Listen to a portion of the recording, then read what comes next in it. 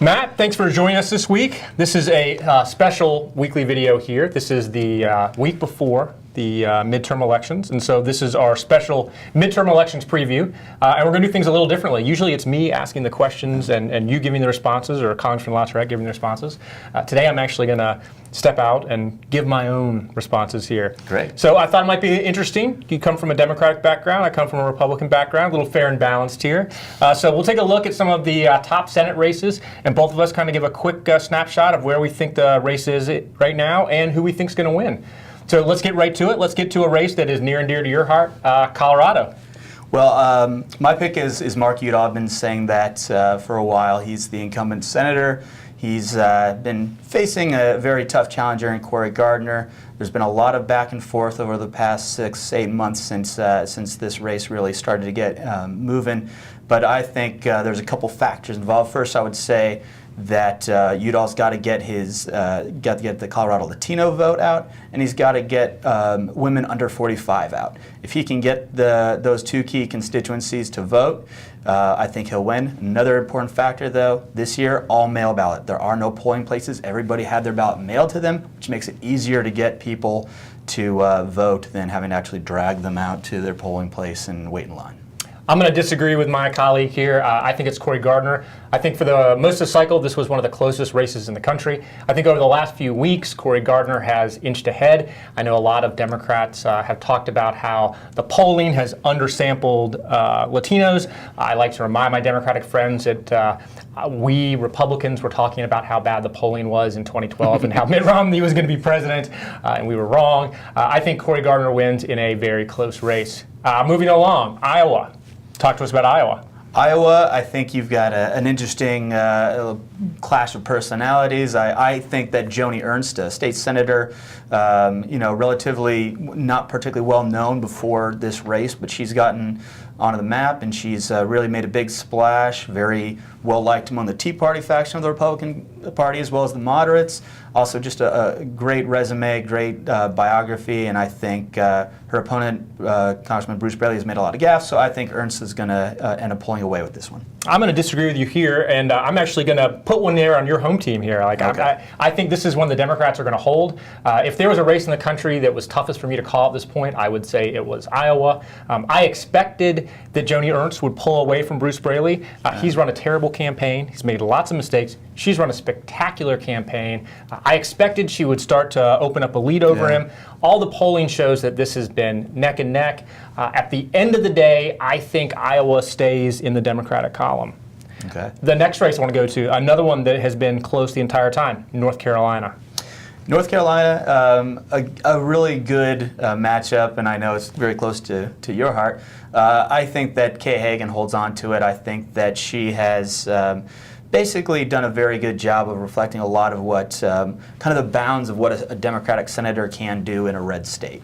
And I think she's kind of towed that line very, very well. She needs to get the research triangle out. She needs to get Greensboro and Charlotte out.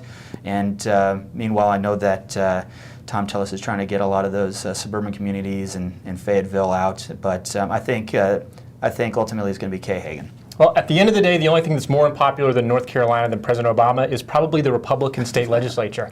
And unfortunately for Tom Tillis, he is the leader of the Republican legislature in North Carolina. I think that's really hurt his campaign. Yeah. I think Republican infighting between the governor and the state legislature has hurt his campaign. I think Kay Hagan has run a pitch-perfect campaign. She wasn't always a moderate, particularly when she was in North Carolina. She was seen more as kind of a Chapel Hill liberal. She's certainly run a very upbeat, moderate, positive campaign. At the end of the day, I think shockingly, Kay Hagan holds on to the seats. Let's turn to Georgia. This is one that I can't believe we were even talking about at this point. Solidly red state. You'd think that they'd be able to hold this seat, but going against Michelle Nunn, whose last name is synonymous in Georgia politics over the last half century. However, I think that ultimately David Perdue ends up pulling this out. He's a businessman, and I'll tell you why. I think that she had a trump card, which is she got him to admit that for a living he outsourced a lot of jobs. That is something that is, the ace of spades. You got to play that. I think she played that card a little bit too early. Her support crested last week. She probably should have held out one more week, and I think she would have been able to hold it out.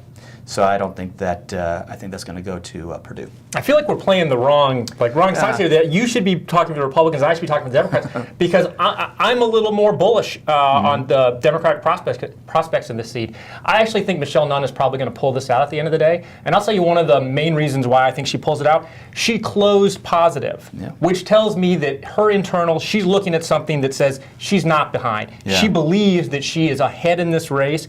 I think you might be right. She may have played the Trump card just a little bit early, but I think that outsourcing message really hurt Purdue at what should have been his strength, his business background, particularly damaging in rural Georgia. Still have about 5 days from now to see what happens. So anything could happen. We could be completely crazy by this time next Tuesday. So next race I want to get to, Kentucky. This is like the anti-Georgia. This is the race that a lot of national Democrats were excited about. They thought they had the opportunity to knock off Mitch McConnell. They had a very attractive, high-profile female candidate. Talk to us about what's going on in Kentucky. You hit it. Allison Lundergan Grimes has a good background, good personality that fits with Kentucky. But she just has never really been able to take the high ground. Mitch McConnell's always maintained it, and he's gone up with in my opinion, a very clever ad, which closes with something I would consider very folksy, and it makes him look about as uncool as a grandpa. But it's actually very clever because he's always been portrayed as super DC, but what's more un-DC than an uncool grandpa? So I think it's a good way to close his campaign, remind people that he's very Kentucky and likable.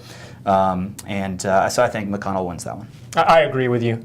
National Democrats are saying that this race is still in play. They point to a Courier Journal poll out from about 2 weeks ago that showed Allison Lundergan Grimes down by a point. They poured some money in. I think at the end of the day, it was just way too uphill in Kentucky to begin with. Mitch McConnell is a very good campaigner.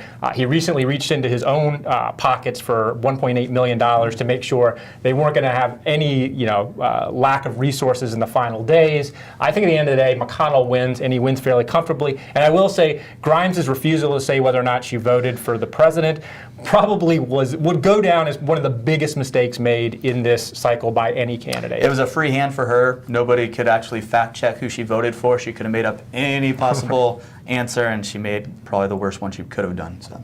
Well, let's turn to a race that's like my favorite race right now, which is Kansas. Because I can't believe, if I thought we wouldn't be talking about Georgia, I most certainly didn't think we'd be talking about Kansas. Certainly that we'd be talking about an independent candidate potentially winning the race in Kansas. Talk to us about that race. So this is certainly a surprise. I mean, this is one that should have been a slam dunk for Republicans, but ultimately you have those scars of a pretty bitter Republican primary against kind of a Tea Party faction-supported Mitt Wolf that Senator Pat Roberts ended up winning, and those Mitt Wolf supporters are still somewhat bitter. They're not necessarily sure that they're going to go out and support Pat Roberts. So what does Pat Roberts do? He brings in people like Sarah Palin and people that are very extreme to get his support. But what does that do to those middle-of-the-road Kansans who are looking at a pretty good candidate in Greg Orman? And I think it's actually probably going to hurt his long-term viability, Roberts. And so I think Orman ends up pulling that one out in a big surprise, and a lot of people are going to be looking to see how he plays his role as an independent in the Senate.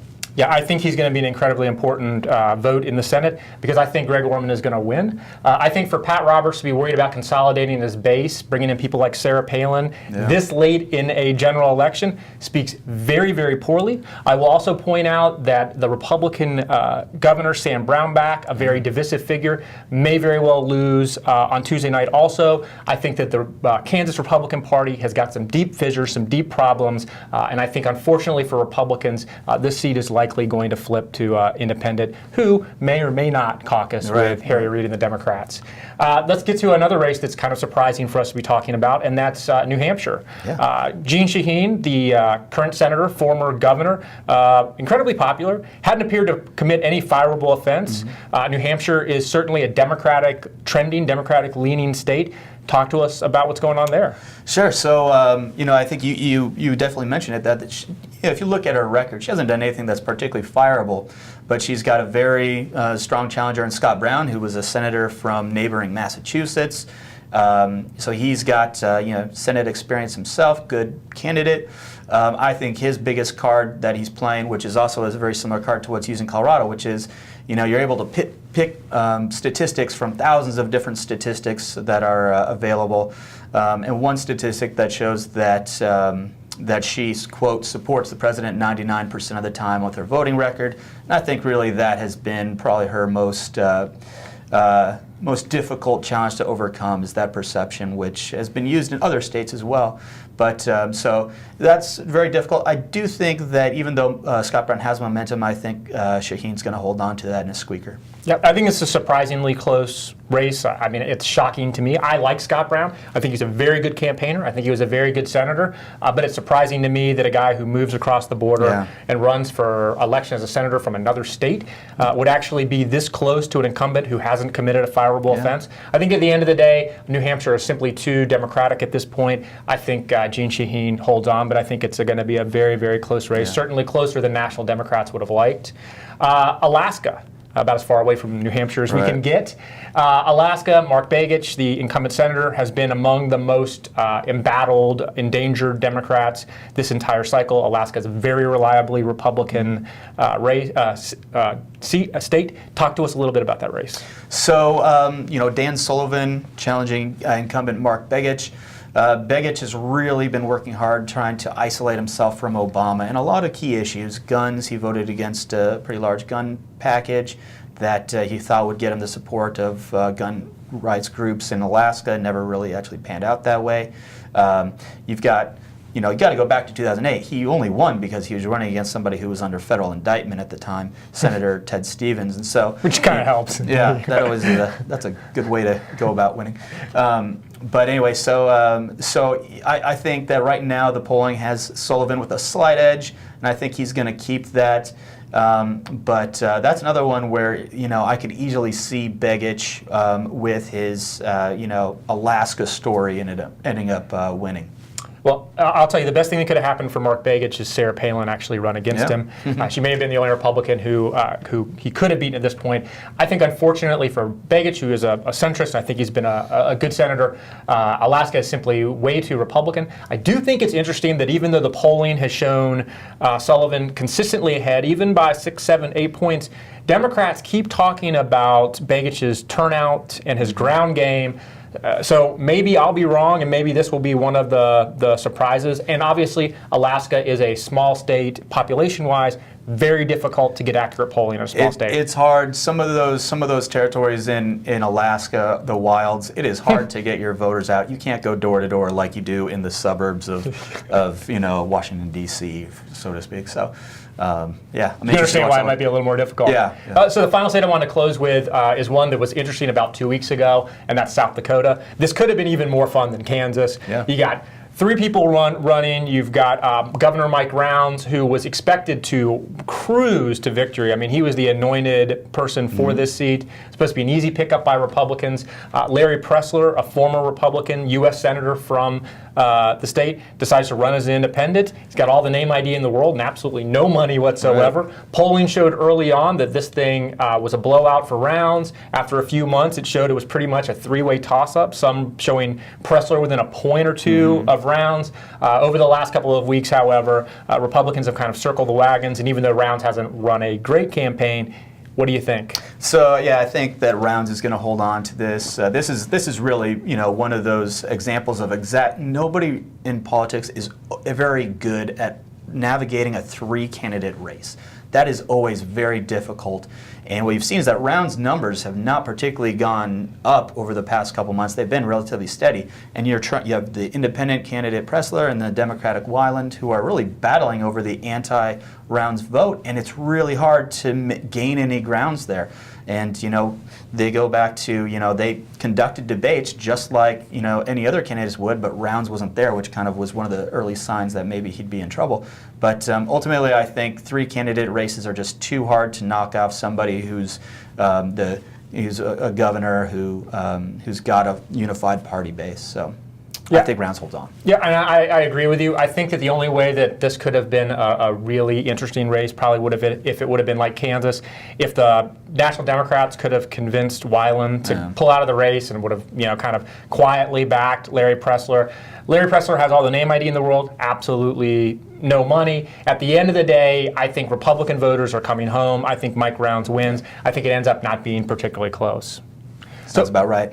I wanted to close for each of us here, kind of talk about one other race that we haven't mentioned otherwise. So let's start with you. Virginia. I am, or are you Virginia? You can talk about it too. Okay. Virginia, my home state now, over the past 8 years. This is one where Mark Warner, who's the sitting U.S. Senator, former governor, who's got about a dozen-point lead over Ed Gillespie right now, former chairman of the RNC, very important figure in the Bush administration. I've gotten a lot of pollsters calling me over the past 3 months trying to see where I'm at, and so it's a very close race. And but I do think that Warner's going to win by probably about 10 or more points. But right now, the thing about Virginia, though, is there's not a lot of contested races, so you really need everybody to go to the ballot just for this Senate race. And if it's not close, it's hard to really get people motivated. I also want to talk about Virginia. I also vote in Virginia.